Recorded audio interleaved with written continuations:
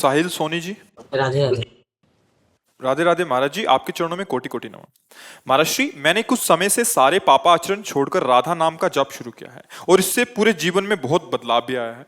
महाराज श्री, प्रश्न ये है कि जैसे सब बोलते हैं कि कर्म तो लौट कर आता ही है, तो क्या जो पापाचरण हमने किए हैं उनका फल भी हमें भोगना ही पड़ेगा या नहीं, यदि भजन हमने की भगवान के सामने क्षमा याचना कर किसका प्रश्न है? एक बार एक आदमी स्टेशन की तरफ जा रहा था, तो एक हल जोत रहा था।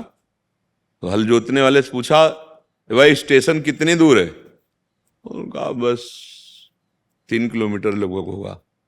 तो कहा कितनी देर में पहुंच जाएंगे? चुप हो गया। बोला कितनी देर में पहुंच जाएंगे? वो चुप रहा। और जब भागा ना तो बोले 20 मिनट में पहुंच जाओगे। बोले तीसरी बार में क्यों बताया? बोले क्योंकि अब तुम्हारी चाल देख ली ना कि अब तुम 20 मिनट में पहुंच जाओगे। अब हम ऐसे कैसे कह दें कि तुम्हारे कर्म बंधन का नाश हो जाएगा? तुम्हारी चाल क्या है, तुम्हारी स्थिति क्या है? देखो, पाप क्रियाएं जो हमसे हो जाती हैं वो सुरक्षित रख जाती हैं, ऐसी तिजोरी में रखती हैं कि नष्ट करने की सामर्थ्य केवल भगवान के हाथ में है।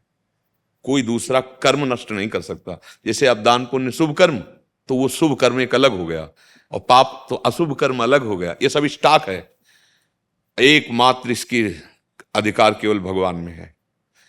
मामेव प्रपद्यन्ते मायामेताम अहम त्वाम सर्व पापेभ्यो मोक्षयिष्यामि मा शुचा। भगवान कहते हैं ना, मैं तुम्हें समस्त पापों से हूं, तो भगवान की शरण में हो। अच्छा, ये समझना है कि हम लोग विष खा रहे हैं, विष। जैसे विषय भोग है ना, उसका विष है आसक्ति। हम इस भोग के बिना नहीं जी सकते, ये आसक्ति विष है। कर्म में कामना विषय है, परिवार में ममता विषय है, विचारों में अहंकार विषय है। ये विषय विष घोल रहे हैं। तो थोड़ी देर के हमें लिए लगता है कि हमने पाप छोड़ दिए। पाप हमने छोड़, ऐसा लगता है जैसे स्वप्न में लगा कि हम जग गए, पर वास्तविक कभी नहीं जगे। वो स्वप्न ही में देख रहा है कि मैं जग गया हूं। ऐसे लगता है मैं निष्पाप हो गया हूं, अभी नहीं। जब निष्पाप हो जाओगे ना, तो जैसे पेट भर जाता है ना, तो दूसरे से प्रमाण नहीं पूछा जाता, भैया तुम जरा खड़े रहे ना, हम पाले और हमारा पेट भर जाए तो आप जरा बता देना। ऐसा कभी हुआ है क्या? अपने को अनुभव हो जाता है ना। निष्पाप होने के लिए एकमात्र भगवान की शरण है। परिवार में ममता नहीं, प्रियता रखो, भगवान का भाव रखे। कर्म करो, भगवान को समर्पित कर दो। विचारों में अहंकार ना होने पावे। कोई भी भोग धर्म से विरुद्ध नहीं होगा जीवन में, तो आसक्ति भगवान में हो जाएगी। नहीं, भोग में आसक्ति है, ऐसा बांध लेती है जैसे कोई नशा है, कोई गंदी बातें हैं, अब हम इसके बिना जी नहीं सकते। ये विष है, सबको मार रहा है। ये 4 बहुत बड़े विष हैं, भोगों में आसक्ति, कर्मों में कामना, विचारों में अहंकार, संबंधियों में ममता। ये 4 विष सबको मार रहे हैं, कोई जान नहीं पा रहा। अगर सत्संग के द्वारा जान जाओ, कला सीख जाओ, इन विष को हटा दो, तो फिर खीर ही खीर है, आनंद ही आनंद है। 10 दिशाएं मंगलमयी हो जाएंगी। परिवार में रहते हुए ममता नहीं है, सब में समता है, भगवान का भाव है। विषय सेवन हो रहा है धर्मपूर्वक, लेकिन उसकी आसक्ति नहीं है। कितनी बढ़िया ऊंची स्थिति है। विचार है पर अहंकार नहीं है, कितनी बढ़िया। कर्म है पर कामना नहीं है। इसी को तो जीवन मुक्त महापुरुष कहते हैं। तो वो तो गृहस्थी में भी हो सकता है। अगर हम ये बात आसक्ति, कामना, अहंकार, ममता, ये 4 ऐसे विषय पूरे विश्व को मार रहे हैं। इन्हीं में पूरा विश्व फंसा हुआ है, और इन्हीं को छोड़ दे तो परमानंद में अभी डूब जाए, अभी डूब जाए, अभी डूब जाए। हम लोग सच्चे अध्यात्म को समझ नहीं पाते हैं। बाहरी में इसमें सब टंगे रहते हैं कि 4 दिन फल पालेंगे तो फलाहार है, ऐसा है, वैसा है। ये सब बाहरी बातें भाई। अंदर घुस और तिजोरी को खोल, जहां माल भरा है। बाहर चाबी नहीं है, अंदर चाबी है उसकी। बाहर ढूंढते रहो, घर में चाबी खोआए और बाहर खोज रहे हो तो कितने वर्ष खोज लो, मिलेगी क्या? बाहर नहीं मिलने वाला। आनंद यहां है, अंदर लौट जाओ। आनंद की चाबी गुरुदेव के पास है। वो युक्तियां मत, जैसे ये बात 4 समझ लो। परिवार से प्रीति करनी है, ममता नहीं। भोगों का सेवन करना है, आसक्ति नहीं। कर्म करना है पर कामना नहीं। कितनी बड़ी बात हो गई, कितनी बड़ी बात है। विचार हर समय चलते रहते पर अहंकार नहीं। आप देखो, इनको जांच कर लो, हर विचार में अहंकार। मैं ये किया, मैं करूंगा, मैं ऐसा करता हूं, मेरे जैसा व्रतधारी, नियमधारी, जितेंद्रीय, बाल ब्रह्मचारी, कुछ भी कहीं किसी भी डिपार्टमेंट में अहम। सब बनूं कि दूसरा मेरे समान धनी ना हो, मैं ऐसा बनूं कि दूसरा मेरे समान बॉडी बिल्डर ना हो, मैं ऐसा। अहम विचार में अहंकार विषय नष्ट कर देगा। परिवार मेरा केवल, और ऐसी ममता कि जैसे तुम अपने बच्चे से प्यार करते हो ऐसे दूसरों के भी बच्चे हैं। अब दूध बेचना है, उसमें केमिकल मिला के बेच रहा है। अपने बच्चे को कितना प्यार, और दूसरे के बच्चों के हाथों में जब वो दूध जाएगा विष कर रहा है। ममता ने अपने बच्चे की रक्षा के लिए दूसरे बच्चे की हत्या कर रहा है, दूसरे का ना। कितना आप जरा लंबे विचार करके देखो तो इस ममता ने हाहाकार मचा दिया। भोगों की आसक्ति, जैसे हमारा शरीर प्रिय ऐसे दूसरे का शरीर प्रिय। कैसा कैसा कैसा देखो, भोगों में आसक्ति ने कैसा पापाचरण करा दिया। ये 4 विष हैं, अगर इन 4 विषयों से बच जाए तो निश्चित भगवत प्राप्ति हो जाएगी।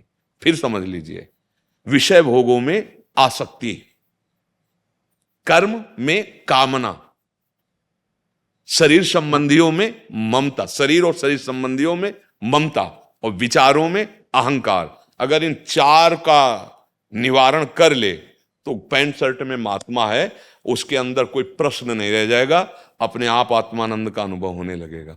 पर ये सब होगा साधु संग और भजन से। अगर भजन नहीं है, साधु संग नहीं है, तो रंग नहीं चढ़ेगा। हर प्रश्न का उत्तर इसी में मिल जाएगा। ये 4 विष हटा दे तो अमृत ही अमृत, जागृत अंदर भरा है, अमृत अंदर भरा है। हम विष का सेवन करके इतने गंदे हो गए हैं कि डर लगता है भगवान की बात सुनने में, कि विषय के बिना हम जिएंगे कैसे। अभी हो जाए चलो हम तुम्हें बैकुंठ ले चलते, तो अभी आप मना कर देंगे, नहीं ऐसे बैकुंठ अभी।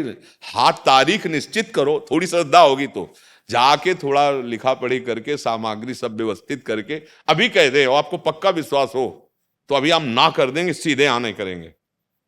ये बहुत भी प्रिय लगेगा, भजन करते हो तो कहोगे 2 दिन का टाइम दे दो, बस वो ट्रांसफर करके और सब व्यवस्था जमा के बता के कि हम बैकुंठ जा रहे हैं, चिंता न करना। तो यमराज पूछते हैं क्या तुमसे, जब आएंगे 1 सेकंड में ध्वंस कर देंगे तुम्हें। इसलिए सावधान रहो, यहाँ की कोई भी वस्तु, कोई सामग्री तुम्हारे साथ नहीं चलेगी, ना कोई अंग रक्षक, ना कोई मित्र। काल किसी को भी नहीं बख्शता। काल यहाँ तुम्हें बिल्कुल बिल्कुल निर्वस्त्र करके ले जाएगा, ये भी हटा देगा। ये वस्त्र है, जैसे आत्मा की पोशाक, शरीर की पोशाक जैसे ये कपड़े, ऐसे आत्मा की पोशाक ये स्थूल शरीर, सूक्ष्म शरीर, कारण शरीर सब छोड़वा देगा। इसलिए राधा राधा राधा, अच्छे आचरण और भगवान से क्षमा प्रार्थना कि प्रभु आपके बच्चे, हमसे गलती हो गई, आगे भी हो जाए तो संभाल लेना नाथ। कोशिश तो हम आपके बल से यही करेंगे कि गलती ना हो, अगर फिसल जाए तो आप संभाल लेना, तो वो निष्पाप हो जाएगा। भगवान कहते हैं आम तो हम स्वरूपापेभ्यो मोक्षयिष्यामि मा शुचः। अभिषेक जी छत्तीसगढ़ से। राधे राधे महाराज जी। महाराज जी, अगर कोई व्यक्ति अद्वैत में स्थित है तो ऐसी स्थिति में उस व्यक्ति के लिए जगत का पूर्णतः लोप हो जाता है। ऐसी स्थिति में अब महायोग। अब आप स्थित हो क्या जो आपको जगत का लोप दिखाई दे रहा है क्या? ना तुम्हारी स्थिति है, ना उस स्थिति को जानते हो। केवल पढ़ के या सुन के थोड़ी स्थिति जानी जाती है। स्थिति प्रज्ञ ही स्थिति का अनुभव करता है। जान गए आपका क्या नाम है? अभिषेक। अभिषेक, आप जान गए कि आपका अभिषेक नाम है? किसका अभिषेक नाम है? शरीर का। और आपको जब स्वांग मिलेगा पति का, और जब आपको पुत्र का, तो आपको अपने अगर स्वरूप का बोध हो गया तो स्वांग करने में हिचकोगे थोड़ी। क्या विदेहराज जनक से बढ़कर कोई ज्ञानी हुआ है क्या, जो श्री सुखदेव जी के गुरु हैं और राज सिंहासन पर बैठे सब? तो ऐसी भ्रांतियां मत पालो कि ब्रह्मबोध हो जाने पर मतलब वो संसार के किसी काम का नहीं रह जाता, वो मतलब है। ऐसी भ्रांतियां वही डर पैदा किए कि भगवान का भजन करेंगे तो संसार छूट जाएगा। अरे एक बार लगो तो, उस सत्य वस्तु को देखो तो। जान गए हम क्या है, अब हमें जो स्वांग मिला है वो कर रहे हैं। पिता का स्वांग, पुत्र का स्वांग, पति का स्वांग, नाना प्रकार के जो लौकिक, और वो स्वांग करते हुए वो जानता है। जैसे तुम्हें किसी नाटक में बहुत गंदा रोल मिले, जैसे क्या कहते हैं, बिलियन कहते हैं आप, हाँ जो भी। अब तो आप क्या बुरे आदमी हो जाएंगे क्या? 2 घंटे के लिए रोल कर रहे हैं पर भरपूर बुरा आदमी बन के, पर उस समय भी आपको बोध है मैं बुरा नहीं हूं। पर मुझे अभिनय मिला इसलिए पूरी बुराई वाला रोल करेंगे आप, और इसके बाद जब मंच के नीचे निकलोगे तो आप वही है। ऐसे ही वो ब्रह्मबोध संपन्न महापुरुष, उसको जैसा जिस समय गुरु बना है, शिष्य बना है, पुत्र बना है, पिता, वैसे ही वो स्वांग करेगा। पर वो जान रहा है कि मैं ये नहीं हूं, ये मेरी क्रिया नहीं है। समझ रहे ना, कर्ता भोक्ता भाव लय अपने स्वरूप में स्थित, और क्रियाएं सब स्वतः वैसे ही हो रही हैं जैसे लौकिक की होती है। जानकी जी विदा हो रही हैं तो जनक जी रो रहे हैं, धनुष नहीं टूट रहा तो पश्चाताप कर रहे हैं। लीलाप देखो ना। और है कौन? परम ज्ञानी श्री सुखदेव जी के भी गुरु जनक जी महाराज। तो ये भ्रांतियां जो अपने दिमाग में पाल ली गई हैं, ऐसा नहीं है। स्थिति प्रज्ञ महापुरुष के द्वारा हर क्रिया बहुत सुचारू ढंग से होती है। वो अगर पोछा भी लगा रहा है तो बहुत सुंदर पोछा लगेगा, क्योंकि वो एकाग्र और संयमी पुरुष है। वो अगर पति का रोल बहुत संयम पूर्वक, पिता का तो बहुत संयम पूर्वक, क्योंकि वो सुलझा हुआ व्यक्तित्व बुद्धि में है और स्वरूप में वो स्थित महापुरुष है, इसलिए कोई इसमें फर्क नहीं पड़ता। बहुत ज्ञान में ज्ञान। भगवान शंकर से बड़ा कोई ज्ञानी है क्या? हाँ, विचार कीजिए, सनकादि से बड़ा कोई ज्ञानी है, और कितने सुंदर शास्त्रों का वो उपदेश करते हैं। तो अब ऐसा भैया, ये भ्रांतियों का त्याग करो, शास्त्र सम्मत वार्ता करो और शास्त्र सम्मत आचरण करो, तब आप कहीं उस ऊंचाई की तरफ बढ़ोगे। जब हृदय निर्विकार हो जाता है, हृदय का मतलब है बुद्धि, मन, चित्त, अहंकार, ये अंतःकरण चतुष्टय निर्विकार, तब उस वस्तु का बोध होता है। उस वस्तु, जैसे हमारे और हमारे उपदेष्टा में भेद नहीं रह गया। सोई जाने जे देव जनाई, जानत तुम्हें तुम्हें हो जाए। पर अगर वो उपदेष्टा गुरुदेव पधारे तो प्रक्रिया होगी शरीर की, उठ के खड़े हो जाना, साष्टांग दंडवत करना, एक दास की तरह बैठना। क्या उसको ज्ञान नहीं है कि एक ही ब्रह्म है, दूसरा नहीं है?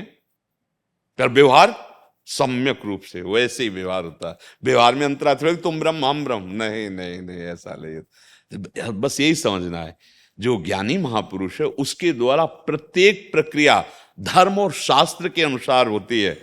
वो उच्छृंखल नहीं होता, मनमानी नहीं होता, वो पागल नहीं होता। वो ज्ञानी है ज्ञानी, पागल अज्ञानी होता है। पागल कौन है? देखो ना, सब पागल ही तो घूम रहे हैं। पराई बहन बेटियों की तरफ गंदी दृष्टि करना, गंदे आचरण, ये पागल नहीं है, अपना नाश कर रहा है। पागल नहीं है वो जो अपना सर्वनाश कर रहा है, गंदे आचरण करके, दंभ पाखंड करके वो अपना नाश कर रहा है। वो किसको ठग रहा है? अपना नाश कर रहा है। पागल तो है ही वो ज्ञानी है जिसे तुम कह रहे हो। वो सब में अपनी आत्मा को देखता है, सब में अपने आराध्य देव को देखो। उसका कितना मृदु और सुंदर व्यवहार होगा, वो कितना पवित्र आचरण वाला होगा, विचार करके देखो। तो इसलिए प्रभु, मतलब मुझे लगता है कि हाँ, इन भ्रांतियों पर सुधार किया जाए। क्योंकि खाए पिए बोलोगे ना, पूरा हलवा का वर्णन कर दिया, एक बार चखा नहीं, तो आपकी जबान बताएगी कि स्वाद रहित है। और हलवा पा के जब वर्णन करोगे तो रोम रोम से टपकेगा कि स्वाद हलवा का क्या होता है। हाँ, ब्रह्मानुभूति करके बोलोगे ना, फिर वो बात टपकेगी। तो ये आप जहां बैठे हैं, सिर्फ अध्यात्म की चर्चा और भ्रांति नाश की चर्चा, सिर्फ भगवत प्राप्ति के लिए। तो इन भ्रांतियों का यहां कोई आदर नहीं है। आपको समझ में? हाँ, बहुत धन्यवाद। आप अच्छे मार्ग में चलो और ऐसी स्थिति प्राप्त करो, और फिर देखो क्या होता है। ब्रह्म दृष्टि प्राप्त होते ही सर्वानंद स्वरूप में स्थित हो जाता है वो। तो स्थित प्रज्ञ के भगवान श्री कृष्ण स्थित प्रज्ञ है, वो तो भगवान ही। आप आचरण देखो, किसी भी स्थित प्रज्ञ का नाम बताओ जो कूड़ा करबाद बटोरता घूम रहा हो पागल की तरह। दो प्रकार के स्थित प्रज्ञ होते हैं, एक आचार्य कोटि के, जैसी उनकी रहनी रही तो वो वैसे ही रहेंगे, बिल्कुल वैसे आचार्य कोटि, और एक होते अवधूत कोटि के। दो प्रकार के महापुरुष होते हैं। अवधूत कोटि के महापुरुषों को और आचार्य कोटि के महापुरुषों को, दोनों को नहीं पहचान सकते, क्योंकि इस कोटि का वैभव होगा कि आप लोग ये महात्मा है, और वो इस कोटि के अवधूत होंगे कि आप लोग ये महात्मा है। तो इसलिए मतलब जब तक स्थित प्रज्ञ नहीं हुआ तो स्थित प्रज्ञ को नहीं जान सकता। जब तक वो भूमिका पे नहीं है, चाहे ज्ञान की हो या भक्ति की हो, अध्यात्म भूमिकाओं का ज्ञान पढ़ने से नहीं होता, उस पर चलने से होता है। आज जो साधनाएं भी हो रही ना, उनमें अहम प्रधानता हो रही है, इसलिए न ब्रह्मबोध है न प्रेम है, अहम प्रधानता हो रही। भैया बहुत डर लग रहा है कि आगे शुद्ध अध्यात्म का मार्ग नहीं मिलेगा। जो समय आ रहा है आगे, केवल मतलब दंभ पाखंड का बोलबाला और सच्चाई का जो अध्यात्म मार्ग है नहीं मिलेगा। ये तो आप लोग कृपा करके सुनने आ रहे हो, तो अपने भाग्य मना रहे हैं कि आप सुनने आ रहे हो, अध्यात्म की बात सुनने आ रहे हो। नहीं, जो नौटंकी नाटक कलयुग और माया का चल रहा है उसके आगे अध्यात्म की बात कोई सुनना चाहे, मतलब आप बड़े भाग्यशाली हैं। नहीं तो ये बात सुनने और सुनाने वाला ये दुर्लभ विषय है, शुद्ध अध्यात्म का विषय। इसी से भगवत प्राप्ति होती है। संतों के पास जाया जाता है अहम शून्य होके, तो असलियत में जो डांट लगेगी, जो बात पड़ेगी, निकल जाओगे। जहां फंस रहे हो वहां निकल जाओगे। आज यही समझा जाता है कि तुम क्या हो, हम तो खुद हैं, तो कैसे निकल पाओगे। अहम जब तक गलित नहीं हुआ, देहाभिमान गलित नहीं, और कुछ नहीं मिला। ये सब भूख प्यास प्राणों का धर्म है। ये मन इंद्रियां विषयों को भोगने वाली है। ये शरीर पांच भौतिक है। आप अविनाशी सच्चिदानंद स्वरूप हैं। जब तक ये अनुभव नहीं होगा तब तक कुछ भी कर लो, ये महाराज अहंकार पुष्ट होते रहेंगे और अध्यात्म का इतना आनंद नहीं आ पाएगा। आनंद क्या आएगा कि मैं ऐसा, मैं ऐसा है क्या। सब ये माया का, देहाभिमान का ही तो खेल चल रहा है।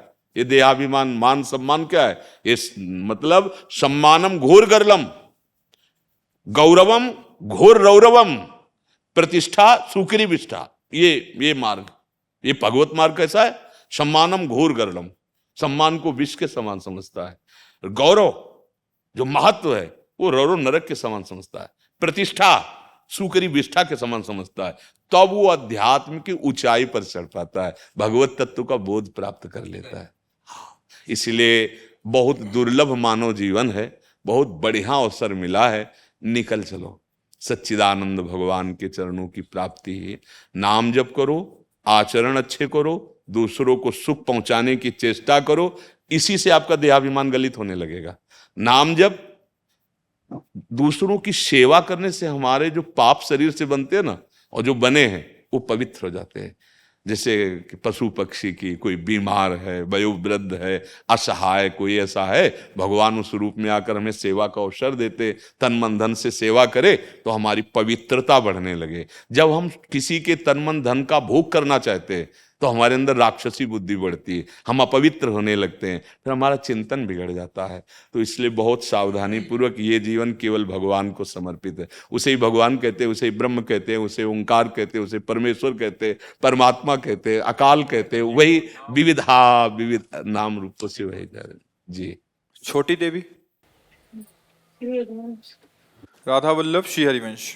गुरुदेव, आपके चरणों में मेरा कोटि कोटि प्रणाम। महाराज जी, मेरा एक ही बेटा है। जब मैं वृंदावन आती हूँ तो मेरा मन करता है कि मैं अपने बेटे को भक्ति रस में उतार दूं, और जब ग्रस्त जीवन को देखती हूँ तो वंश पर बात आती है। महाराज जी, मेरे को क्या करना चाहिए, मेरा मार्गदर्शन करें। कैसी भ्रांतियां बैठी हुई है। भक्त एक सम्यक प्रकार से गृहस्थी का निर्वाह करता है, क्योंकि उसके अंदर प्रवीण सुमति होती है। बस हमारी तो प्रार्थना यही कि आप पहले समझो कि भक्ति किसे कहते हैं। हाँ, भक्ति का जो स्वरूप होगा तो आपके चरणों में रोज माथा रख करके प्रणाम करेगा, आपकी आज्ञा में रहेगा, धर्म पूर्वक चलेगा, व्यसन रहित होगा, एक बहुत अच्छा संस्कारी गृहस्थ बनेगा। संतान भी उत्पन्न होंगे, चाहे बच्ची हो चाहे बच्चा, देशभक्त, माता पिता की भक्ति करने वाला, भगवान की भक्ति कर। संयम में, भक्ति में बड़ी ताकत है।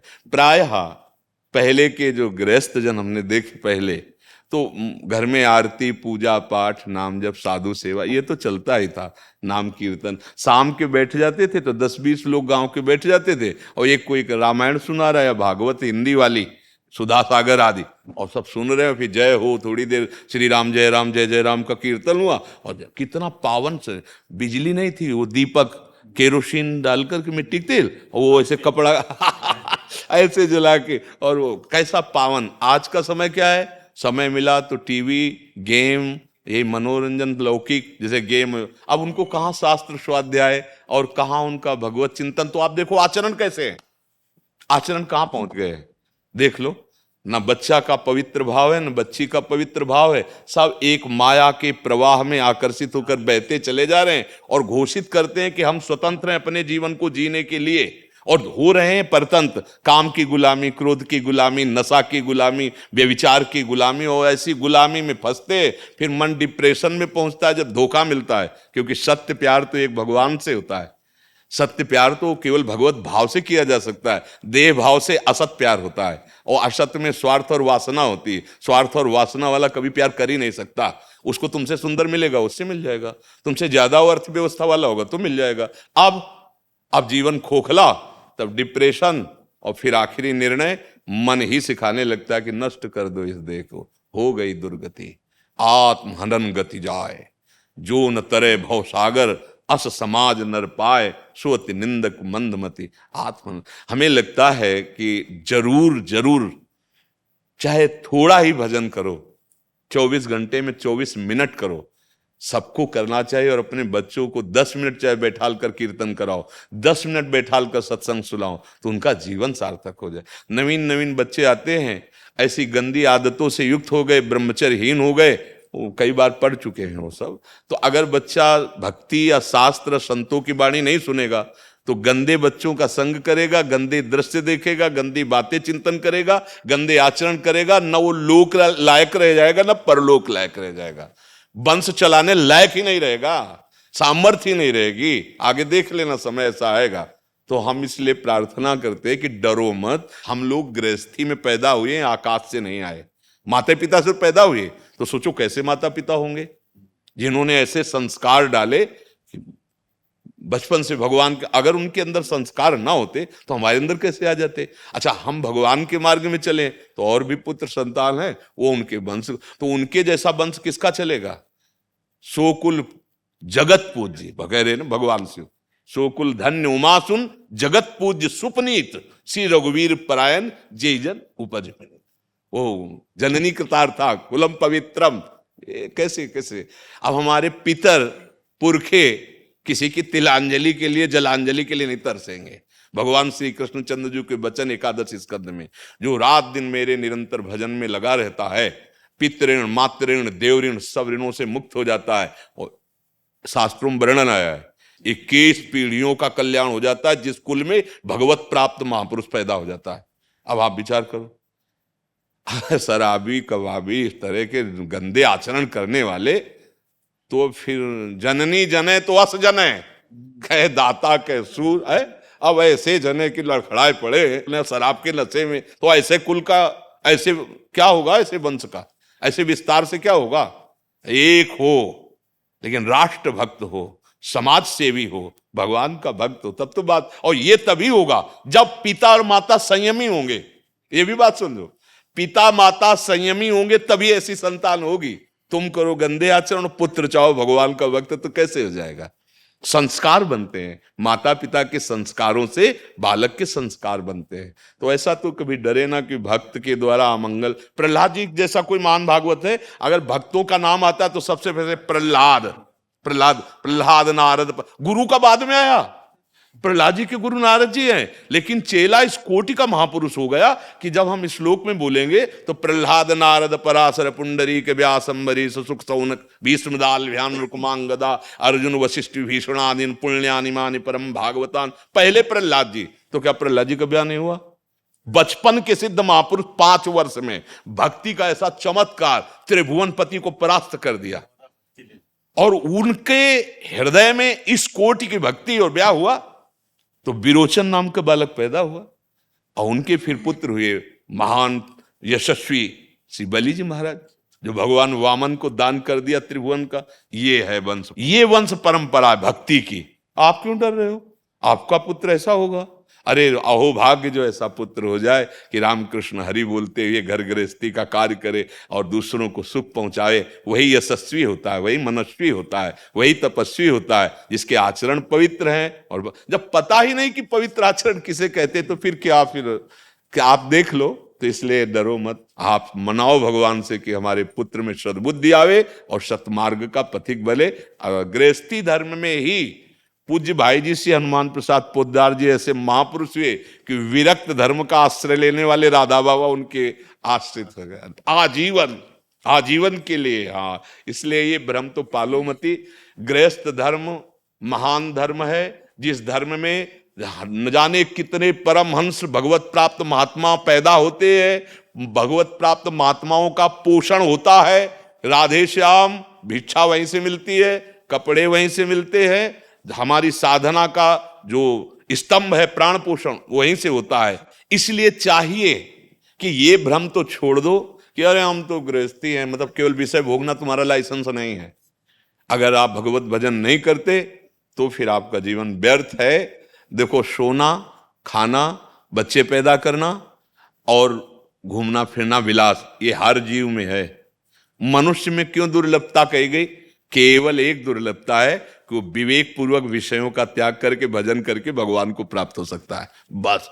इतनी दुर्लभता कहेगी कि देवताओं के शरीर को भी मानव देह के आगे नहीं माना गया। बड़े भाग मानुष तन पावा, सुर दुर्लभ। सुर माने देवता, देवताओं के लिए भी दुर्लभ है मानव देव। दुर्लभो मानुषो देहो, इसकी दुर्लभता। पर भाई, इसकी दुर्लभता विषय भोग नहीं है, इसकी दुर्लभता मनमानी आचरण नहीं है। इसकी मन को अधीन करके, इंद्रियों को जीत कर, निर्विषय होकर परमात्मा की प्राप्ति करनी। वो गृहस्थ में भी कर सकते हो। उचित धर्म पूर्वक विषयों का सेवन और निरंतर धर्म आचरण और भजन, तो आप महात्मा ही हो। गृहस्थी कितने ऋषि मुनि महात्मा हुए जो, जिनकी हम सब संतानें हैं। अगर गोत्र पूछा जाए तो यही कोई बताए, याज्ञवल्क्य, कोई भरद्वाज, कोई गर्ग, तो ये सब महर्षि रहे। कोई गौतम, तो ये बड़े बड़े ब्रह्म ऋषि जनों की हम सब संतानें हैं। तो ऐसा न सोचे कि गृहस्थ में अगर भक्ति करेगा तो जैसे आपने बताया कि ब्रह्मज्ञानी हो जाएगा, तो वो अब वो भक्त हो जाएगा। तो ना भक्ति करो ना ब्रह्मज्ञान, तो बचा क्या? पशुता, आसुरी प्रवृत्ति, उसी से तुम्हारी दुर्गति हो जाएगी, अशांति हो जाएगी। आप जैसे कहते हो कि देवता तरसते हैं मनुष्य जीवन के लिए, तो देवता नाम जप नहीं कर सकते, मतलब वहां नहीं, जैसे नरक में आप साधना नहीं कर सकते, ऐसे स्वर्ग में आप साधना नहीं कर सकते। वो साधना की भोग भूमि है। जो आपने तप किया, पुण्य किया, दान किया, तो सिर्फ उतनी स्मृति रहेगी आपकी। जैसे आप पीछे क्या थे, आपको स्मृति नहीं ना, ऐसे स्वर्ग में आपको ये स्मृति नहीं लगी कि नाम जप करना है या तपस्या करना है। साध वहां इतना मनोरम भोग है, अप्सराएं, विमान, वो सुख सुविधाएं को भूल जाता है। जैसे मृत्यु लोक में आकर जब हम गर्भ में थे माता के, तब भगवान से वादा किया था। कपिल भगवान वर्णन करते हैं, एक बार मुझे इस नर्क से निकाल दो प्रभु, बाहर जाकर मैं ऐसा भजन करूंगा कि कभी किसी माता के गर्भ में नहीं जाऊंगा। और जीव ही बाहर आया, सब भूल गया। फिर वही लड़का, बच्चा, परिवार, इतनी आसक्ति हो गई कि देखो ना, उसको भजन करने की याद है क्या? ये तो बहुत मर्त्य सुख है। वो स्वर्ग सुख जो है वो तो बहुत दिव्य है। तो वहां याद थोड़ी आती भगवान की, केवल भोग। और जहां पुण्य क्षय हुए फिर उल्टा यहीं पटक दिया जाता मृत्यु लोक में। तो इस ना नरक में याद आती ना स्वर्ग में याद आती। याद आने का अवसर केवल मृत्यु लोक में दिया गया है कि आप भजन करके भगवान को ऐसा बैकुंठ जा सकते हो, साकेत जा सकते हो, जहां चाहो वहां जा सकते हो, ऐसा बला हुआ है। तो ये मानव देव भजन के लिए, इसीलिए देव दुर्लभ है। 2.5 साल से कुटिया दे रहे कि ठाकुर जी ने यहाँ रह रहे हैं, लेकिन कथा कीर्तन करने के बाहर जाते हैं जी। तो मन में ऐसी शंका रहती है कि कहीं बाहर ही श्री न छूट जाए। ऐसे कोई उपाय हो, यहाँ ही हमारा श्री छूटे वृंदावन में, ऐसी कोई मुक्ति? 3 बातें केवल आप स्वीकार कर लो। जब यहां से जाओ तो रज साथ होनी चाहिए, चरणामृत साथ होना चाहिए, और नाम तो है ही है, तो आप चिंता मत करो, ठीक है।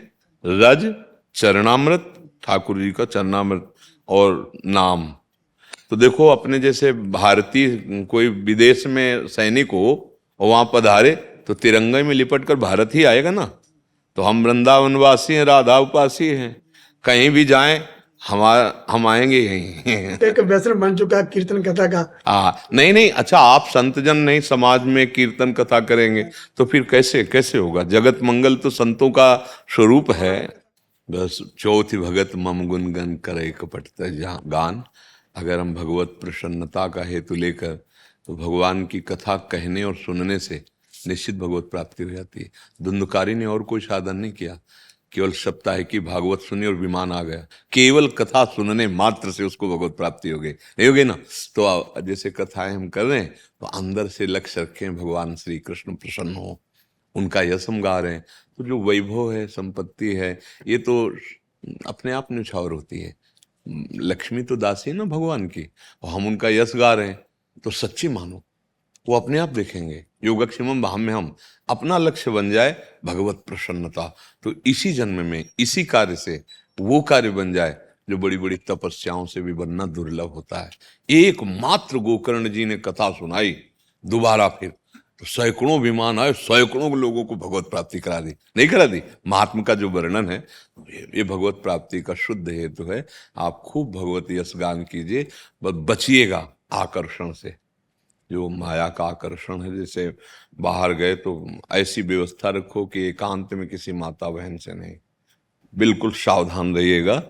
एक दो अपने पार्षद ऐसे रखिएगा, जब आप बाहर जाएं तो मिलें जब, तो दो चार लोग साथ होने चाहिए, आप अकेले न रहिएगा। और खान पान अपने ही परिकर के हाथ का पाइएगा, और याचना किसी से कीजिएगा नहीं। क्या मंगवे भलो न बाप सो जो प्रभु राखे टेक। विश्वम्बर भगवान ने किसी का सहयोग लिया, अकेले ब्रह्मांडों की रचना कर दी, और उसी के गीत गा रहे हो, उसी की जय जयकार, तो वो खुद देखेगा ना। अगर ऐसे चला जाए तो ये परमहंसों का मार्ग है। श्री सुखदेव जी परमहंस है ना, हाँ, ऐसे धोती कुर्ता में, पैंट शर्ट में भगवत प्राप्त महापुरुष। रामचंद्र डोंगरे जी महाराज भी तो भागवत ही, अशुभ प्रवाह हो रहा है, भगवान की लीला में डूबे हुए लीला गायन कर रहे।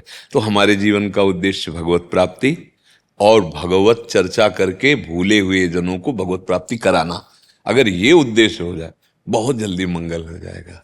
जी नहीं, कोई आवश्यक बात नहीं कह रहे चरण छू सकते हैं, मैंने कहा चरण तो नहीं। स्वास्थ्य। चरण का क्या, वो किडनी फेल है तो इन्फेक्शन के लिए ना। हाँ, और देखो जैसे साधु के चरणों के प्रणाम की जो बात कही गई, उसका आंतरिक भाव ये है, जैसे हम सर झुका देते हैं ना, तो उसका मतलब होता है हम आपकी आज्ञा का पालन कर रहे हैं। अगर संतों के वचनों पर विश्वास हो जाए तो आशीर्वाद मांगने की जरूरत नहीं है। जीवन में जो कमाया है भागवतिक, वो संत जन अपनी वाणी के द्वारा खुला देते हैं। कोई फीस नहीं, जो फीस से होता है वो असली वस्तु नहीं होती। फीस से असली वस्तु नहीं खरीदी जा सकती, माया की खरीदी जा सकती है। अगर पैसे से मिल रहा है तो अध्यात्म नहीं होगा, पक्का समझ लेना। और जो अध्यात्म होगा उसे बात भर मान लो तो वो बात आशीर्वाद है। नहीं, अगर आप अच्छे आचरण करो, भगवान का नाम जप करो, दूसरों की सेवा में लगे रहो, तो आशीर्वाद मांगने की जरूरत नहीं है। जो तुम्हें कर्तव्य मिला है, उस कर्तव्य को भगवान की सेवा मान करके, वो चाहे जो कर्तव्य मिला हो, वो भगवान, जब गला काटना कर्तव्य हो सकता है, अर्जुन से कह रहे ना मार इनको, तो मतलब हमको जो सेवा मिली वो भगवान की सेवा है। और नाम जप, भगवान का स्मरण, कहीं भी हो कोई अमंगल नहीं कर सकता, और कोई दुख तुम्हें परास्त नहीं कर सकता। ये हम नहीं कहते कि दुख नहीं आएगा, आ सकता है पूर्व प्रारब्धवश, लेकिन परास्त नहीं होगे, क्योंकि आपके पास पावर है, भगवान का पावर है। सबसे बड़ा भगवान का पावर होता है ना। हाँ, इसलिए नाम जप करो। चरण छूने की तुमने भावना व्यक्त की, हमने मान लिया, हाँ, और हमारी बात मान लो, यही हमारा आशीर्वाद है। हाँ। जय। महाराज जी, हम बाहर जब जनों से मिलते हैं, लोगों से, तो आए दिन महाराज जी भगवत प्राप्ति जिनको हो चुकी है, ऐसा वो कहते हैं कि हमें आत्म साक्षात्कार हो चुका है, हमारी कुंडली जागरण हो गई है, हमें 2 बार ठाकुर जी ने दर्शन दे दिए, आते रहते हैं। ये प्रश्न उनके लिए पूछ रहे हैं कि उनके लिए क्या समाधान होना चाहिए, जैसे इसमें आपको महाराज जी। हाँ, पहले बात तो समझ लो, अगर जो जगा हुआ है उसको पूछने की या बताने की जरूरत है क्या? जो जगा हुआ है, और अगर स्वप्न में जगने का भान हो गया उसको, स्वप्न में एक नया स्वप्न कि मैं जग चुका हूं, तो फिर बोर्ड लग जाएंगे और फिर प्रचार प्रसार उस बात का होगा। मुझे कुंडली जागृत है बताने की, क्यों बताना चाहता है? देहाभिमान पुष्ट करना चाहता है, हमें इस प्रश्न से मतलब नहीं है। हम वो क्यों बताना चाहता है मेरी कुंडली जागृत है? वो क्यों कहना चाहता है कि मुझे आत्मबोध हो गया है? वो क्यों कह रहा है मुझे भगवत साख? कोई उससे पूछ रहा है विनय पूर्वक, कोई उस पर आक्षेप कर रहा है? ये अहंकार की दशा होती है, और अहंकार का लय हुए बिना कुछ नहीं होता। ये सब नाटक होता है, माया का नाटक होता है। सत्य जो मार्ग है, अभी उस पर कदम नहीं। जी, ब्रह्मरंध्र द्वार खुल गया था, छत पे टहल रहे थे। ब्रह्मरंध्र द्वार खुलते हुए तो मोक्ष को प्राप्त हो जाएगा, शरीर छूट जाएगा। ब्रह्मरंध्र खुल गया, तुम जीवित बैठे हो, प्राण तो ब्रह्मरंध्र खुलते निकल जाएंगे ना। लय हो गया, अब क्या बचा? वो बोल रहा है कि मेरे ब्रह्मरंध्र खुल गए, कुंडली जागृत। अरे कुंडली आप खेल तमाशा समझते हो क्या?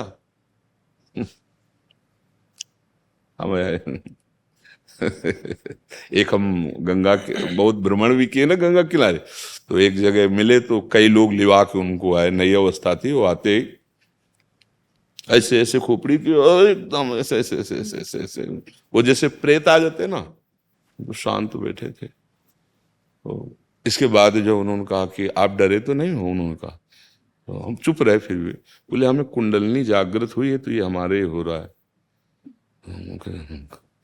हम महाराज हम भूतेश्वर के चेला हैं, हमको तो तुम्हारी खोपड़ी हिलाने से डर है। स्मशान में सोते हैं, स्मशान में ही तो, गंगा किनारे स्मशान में ही तो सोते हैं। कुत्ते नोच नोच के खा रहे हैं लाश, और वही मस्त पड़े, हमें कोई भय थोड़ी है। अरे महादेव के चेला है कोई होता तो ये सब ड्रामेबाजी नहीं। 8 घंटे 10 घंटे पद्मासन में बैठा जाता है और अखंड ब्रह्मचर्य, तब कुंडलनी का मुख ऊपर की तरफ होता है। जैसे होता है वो गुप्त और शांत एकदम होता चला जाता है। ये भागवतिक मार्ग है। जैसे जैसे आत्मोदय होता है तो किससे हम वर्णन करेंगे। हाँ, कोई जिज्ञासु आर्त प्रणति होकर के जब कोई प्रश्न करता है तो अंदर प्रेरणा होती तो बोलना शुरू कर देता है। अहम शून्य कोई भी मार्ग है, अंतःकरण में जो अहम धर्म है उसका जब लय हो जाता है तब वस्तु मिलती है। जब वस्तु मिलती है तब वो किसके लिए कहे, और जब तक वस्तु नहीं मिलती तो लगता है ना थोड़ा वो अहम की सारी दशा होती है। कोई भी हो, जब तक अहम गलित नहीं होता है तब तक परमार्थ में प्रवेश नहीं होता है। ये देहाभिमान, अभी जिससे चर्चा करें ना स्थूल सूक्ष्म कारण, अब किससे चर्चा करें, जो दूसरा हो तो बात है, फिर हम क्यों बता रहे हैं। कोई जिज्ञासु है क्या बैठा है जो चरणों में प्रणति हो करके, और जैसे बाबा से पूछा पूज्यपाद सिउड़िया बाबा जी से कि अहो भाग्य अखंडानंद स्वामी जी ने कि प्रभु मैं आपको जान गया। स्वामी जी ने नई अवस्था थी स्वामी जी की, उस समय संन्यास लिया तो श्रीमद् भागवत चर्चा करते थे स्वामी श्री अखंडानंद सरस्वती जी महाराज। तो बाबा ने कहा जान गया। बोले जी कौन? बोले बाबा आप साक्षात ब्रह्म हो। तो तुम पार्थिव दृष्टि से ब्रह्म को देख सकते हो? पार्थिव दृष्टि से तुम ब्रह्म को, ब्रह्म दूसरी वस्तु द्वैत वस्तु है क्या कि तुम दृश्य की तरह उसे देख सकते हो? वो गलत एकदम। तो बाबा आप एक जीवन मुक्त महापुरुष हो। तो जीवन मुक्त महापुरुष तो अनुभव में आता है, ये अनुभव स्वयं को होता है। आपने कहां से जाना, किससे जाना? वो बाबा आप ही बता दो आप क्या हो। बोले चराचर का मैं सेवक हूं। बाबा की वाणी में लिखा है चराचर का सेवक केवल भगवान होता है या ब्रह्मबोध संपन्न महापुरुष होता है। क्या कहा? मैं चराचर का सेवक हूं, पूज्य बाबा ने कहा। जैसे भगवान श्री कृष्ण की राजस्व यज्ञ में अग्र पूजा हुई, लेकिन सबके चरण धोने की सेवा भगवान ने स्वयं ली। ये मार्ग थोड़ा अध्यात्म मार्ग में दंभ दिखावा पाखंड इनका प्रवेश नहीं है। ये बड़ा निर्मल मार्ग है, पवित्र मार्ग है। आरत अधिकारी जब पावें तो गूढ़ऊ तत्व ना साधु दुरावें। देखा कि अधिकारी है आसपास, हटा दिया सबको, फिर एकांत में वो अपने रहस्य खोलता है। कब? जब आर्त अधिकारी, वो जिज्ञासु इतना प्रबल है, इतना अधिकारी है और वो चरणों में पड़ा हुआ है, तो करुणा करके जब भगवद आदेश हुआ तो खोलना शुरू कर दिया उसकी स्थिति के अनुसार। एक बार निमि जी ने जब नवयोगेश्वर से वार्ता की तो कहा यही प्रश्न मैंने सनकादि से किया था पर वो कुछ नहीं बोले थे और चले गए थे, ऐसा क्यों? तो बोले उस समय आपकी योग्यता नहीं थी। महाराज निमि विदेहराज बोले आपकी योग्यता नहीं थी, आज आप में वो बात आ गई तो उसका उत्तर हमसे ले लो। तब उत्तर दिया था नवयोगेश्वरों ने मिलके। तो ये भगवत मार्ग ऐसे नहीं राधा कृष्ण मिल गए, हमें सियाराम मिल गए, अरे मिल जाएंगे तो तुम्हारा रोम रोम बताएगा, तुम्हारे नेत्र बताएंगे, तुम नहीं बोल पाओगे। देखो आचार्य कैसे बोल रहे, क्वाहम तुच्छः परम मधमः प्राणिहो गर्ह कर्मा यत्तन्नाम स्फुरति महिमा हरेश वृंदावनस्य। बोले कहा मैं तुच्छ अधम अपराध करने वाला प्राणी और कहा मेरी जिह्वा पे राधा नाम में तो वृंदावन की महिमा है। विभीषण जी से मिल रहे हैं और विभीषण जी कह रहे हैं हनुमान जी को या तो आप साक्षात हरि हैं और या फिर हरिदासों में सर्वश्रेष्ठ कोई हैं, क्योंकि मोरे हृदय प्रीति अति हुई कि तुम राम दीन अनुरागी आयो मोहि करन बढ़वा। कि तुम हरिदासन मां कोई मोरे हृदय प्रीति अति हुई। पक्का दो में आप एक, या तो स्वयं हरि हो और या हरि के प्रेम में डूबे हुए कोई सर्वश्रेष्ठ हरिदास हो। हनुमान जी क्या बोले?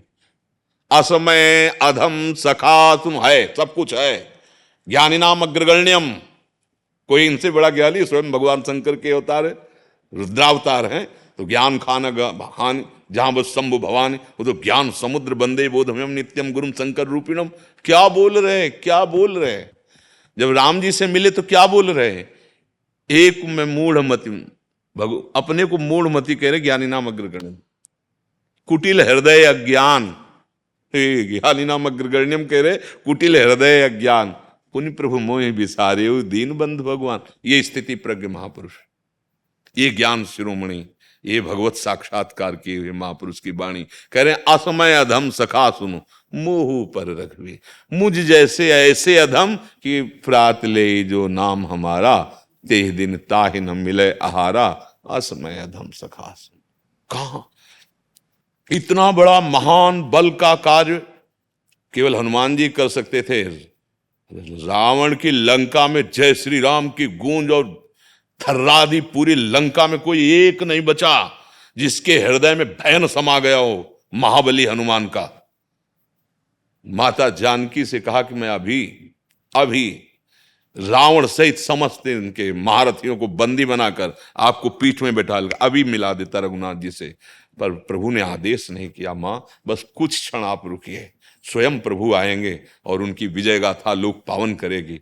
हनुमान जी जब अपार बलशाली भगवान महादेव जी तो है, लेकिन वो कैसे सोचिए, जब राम जी के समीप आते हैं और राम जी उनको हाथ पकड़कर अपने समीप बैठाना चाहते हैं, क्योंकि राम काज करके आ रहे, तो ऐसे कर गही निकट बैठा, ऐसे तो शकील के चरणों में बैठ जाते। कहते हनुमान, रावण के द्वारा सुरक्षित लंका में प्रवेश पाना, समुद्र लांग जाना, वहां जाकर आग लगा देना और बड़े बड़े निशाचरों का वध।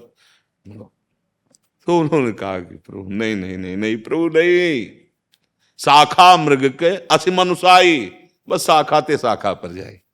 नाग सिंधु हाटकपुर जारा, निश्चर गण बद विपिन उजारा, सो तो प्रताप रघुराई, नाथ न कछु मोरी प्रभुताई। ये देखो, ये भाषा निकल रही महापुरुष की। कह रहे मेरा बल बंदर का बल कितना डार से डाल तक, ये समुद्र 400 योजन पार करके चल प्रभु, ये तो आपका प्रताप। लंका में जय श्री राम की गूंज विध्वंस मचा दिया, वहां मुझे राम प्रताप दिखाई दे रहा था, कहीं हनुमान नहीं थे प्रभु। हा बोला वचन विगत अभिमाना। बस हम संकेत में इतना कह रहे हैं कि वास्तविक की जितनी स्थितियां वर्णन की गई हमारे लिए ही की गई। अगर हम ईमानदारी से सच्चाई से चलें तो हम उस स्थिति को जरूर प्राप्त कर लेंगे, चाहे कुंडलनी जागर हो, चाहे आत्मबोध हो, चाहे प्रेम हो, हमारे लिए तो बनी ना स्थितियां। ये धोखे में काहे को रखो, ईमानदारी से अंदर बैठ के देखो। काम क्रोध लोभ मोह मद मत्सर विजय प्राप्त किया इन पर, स्थूल सूक्ष्म कारण इनका बाद हुआ क्या? कुंडलनी, क्या आत्मबोध, क्या श्री राम जी का साक्षात्कार, सबका एक ही फल होता है। अभी होता है नहीं, जब आपसे प्रारंभ हुआ, मम दर्शन फल परम अनुपा, जीव पाओ निज सहज स्वरूपा। भगवान को जान गए तो भगवान बन गए आप। सोई जाने जे देव जनाई, जानत तुम्हें तुम। अच्छा, जब जान गए तो उसके सिवा कोई है नहीं, तो हम किससे बात करेंगे इस बात के लिए कि हमें ब्रह्म बोध हो गया है? हाँ, कभी कोई महापुरुष ऐसा नहीं बोलता मुझे भगवत प्राप्ति हो गई। जैसे किसी से पूछा गया कि आपको भगवत साक्षात्कार हो गया है, तो ना कह सकते हैं और ना हाँ कह सकते हैं। हाँ इसलिए नहीं कह सकते कि वो अनंत है, और ना इसलिए नहीं कह सकते कि जी नहीं सकते उसके बिना आधार नहीं है। जब मैं था तब हरि नहीं, अब हरि हैं, मैं ना है, पकड़ पाओ तो देख लो। लाली मेरे लाल की जित देखूं तित लाल, और लाली देखन मैं चली तो मैं भी हो गई लाल। बस पकड़ लो, अब पहुंचो तो पहुंचो, पकड़ लो। तो अब भाई देखो, डॉक्टर के पास अगर तुमको हो गए कि हम स्वस्थ हैं, तो वो तो थर्मामीटर डाल के देख लेगा 1 सेकंड में कि नहीं आप स्वस्थ नहीं है। अब ऐसे बीमारियों से कहो कि मैं स्वस्थ हूं तो चल जाएगा। ऐसे जे ही जाने जग जाए हेराई, जागे जथा स्वपन भ्रम जाई। ये है जगे हुए पुरुष का लक्षण। खत्म, मैं मोर तय तो अपने स्वरूप में स्थित। ये सब अहंकार का पोषण हो रहा है भाई, संभाल लो। रोग बढ़ रहा है, मिटने की जगह रोग बढ़ रहा है, संभाल लो।